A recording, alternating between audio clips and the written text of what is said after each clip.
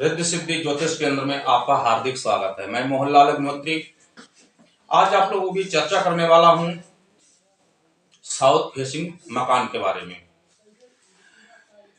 South facing मकान दुकान दोनों को लोग ठीक नहीं मानते हैं।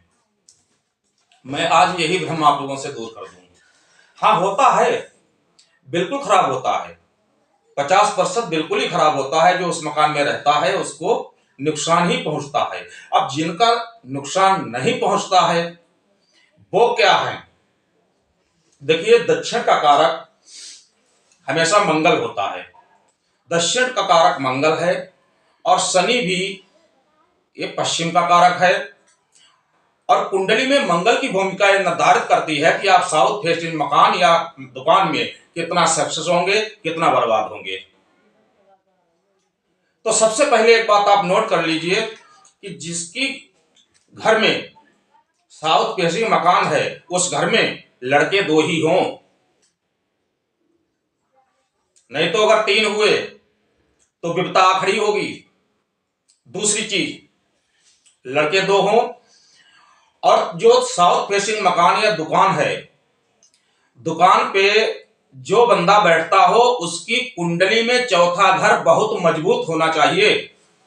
एग्जाम्पल, चौथे घर पे गुरु हो, चौथे घर पे चंद्रमा हो, अच्छा होके चौथे घर पे हमारा मंगल हो, तो हमको उस चीज में सफलता मिल जाती है साउथ फेसिंग मकान में। फिर चाहे साउथ फेसिंग मकान किसी भी तरीके से हम लोग उसको गलत देखते हो, लेकिन उसमें कोई प्रॉब्लम, कोई बाधा नहीं आएगी।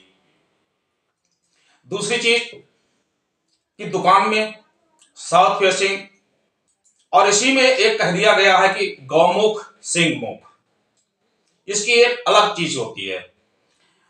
आगे चौकोर हिस्सा जो होता है वो गुरु का होता है, पीछे संकीर्ण हिस्सा जो होता है, ढालू हिस्सा जो होता है, उसके कवरिंग मंगल प्लस राहु करते हैं।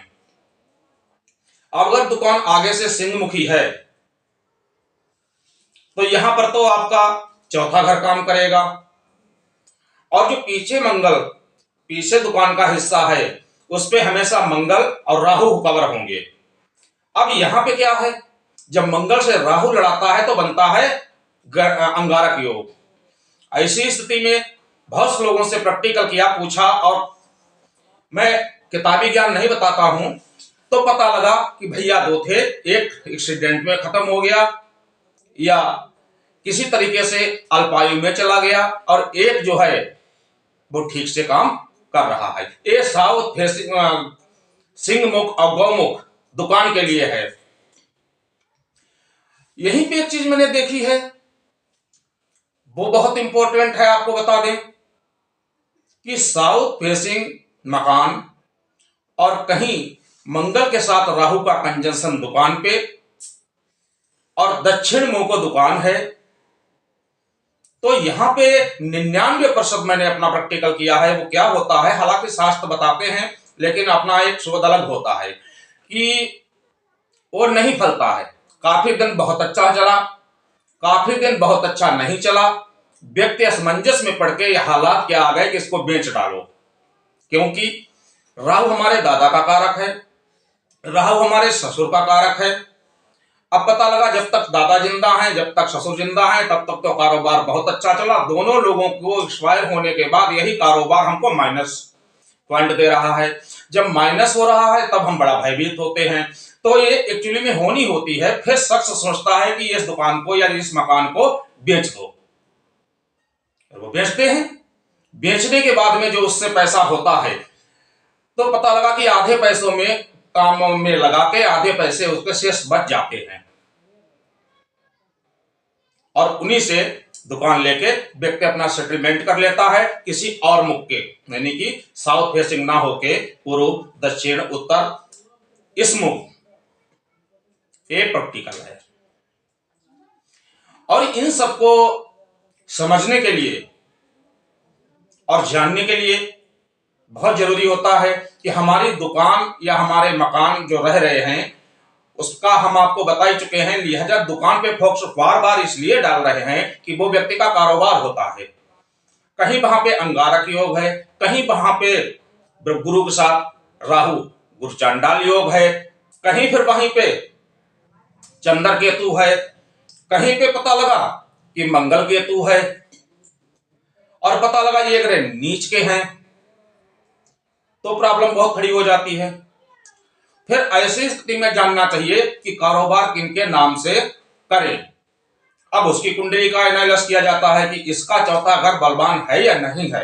अगर चौथा घर बलवान नहीं है, फिर धंधे का रुख चेंज करना पड़ता है, अन्यथा व्यक्ति को माइनस माइनस माइनस ही होता चला जाता है। ये तो रही, हमने आपको मंगल के इसमें साउथ फेसिंग मकान की जानकारी दी और थोड़ी सी दुकान के बारे में जानकारी दी। इसको एक चीज और कहना चाहेंगे कि अगर चौथा घर बहुत ज्यादा कमजोर हो जाए तो फिर व्यक्ति को गांव में, शहर में मकान भी प्रॉब्लम में डालने लगे तो 50% मैंने देखा है ऐसे शख्स को मकान दुकान कहीं से फ्री में मिलती है। फ्री का मतलब उसके ससुर ने दी, उसके दादा को किसी ने दुकान मतलब दी या खेती दी, और उसका उस तरीके से फिर पैतृक वैलिडिटी मजबूत हो जाती है, फिर बंदा अपना कारोबार चलाता है। तो ये जानकारी हमने आपको आज दी है।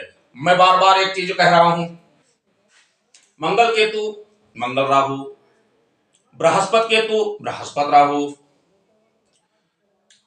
मंगल राहु अंगारक योग, चंद्र राहु ग्रहण योग, ये बेशक बन गए 2-3 कुंडली में योग हों, और बेशक इनमें एक्चुअली क्या होता है कि व्यक्ति की गवर्नमेंट जॉब लग जाती है। अब गवर्नमेंट जॉब व्यक्ति की लग गई और व्यक्ति उससे पैसा पैदा करने लगता है, और जमाने वाले क्या कहते हैं, तुम तो माला माल हो, तुम्हारी तो गवर्नमेंट जॉब लग गई। लेकिन ये नहीं देखा कि इसकी कुंडली में जो विपरीत योग हैं वो कहां पे उठा के पटक देंगे। दुकान भी धरी रह जाएगी, कारोबार धरा रह जाएगा, नौकरी वो भी धरी रह जाएगी, और पता लगा कि व्यक्ति एक्सपायर हुआ, बच्चे छोटे हैं, जब बड़े होकर कोई नौकरी करते हैं उनके साथ में ना कहीं ये स्थिति बन जाए। क्योंकि कुंडली तो ये भी बताती है कि अगर बच्चा है कोई तो उसमें भी ये विपदा आएगी। मान लिया 5वें घर में चंद्र केतु चंद्र राहु है और 5वां घर हमारी संतान का है, संतान जब पैदा हुई तो उसकी कुंडली में कहीं चंद्र राहु चंद्र केतु हो गए। तो इसलिए मैंने आज ये जानकारी आपको दी है। इसी के साथ बस हम आप लोगों से विदा लेना चाहते हैं। नमस्कार। हमारा चैनल रिद्धि सिद्धि ज्योतिष केंद्र के नाम से आप उसे लाइक, कमेंट्स, नोटिफिकेशन जरूर दबाएं। अगले वीडियो में हम मिलते हैं आपसे। नमस्कार।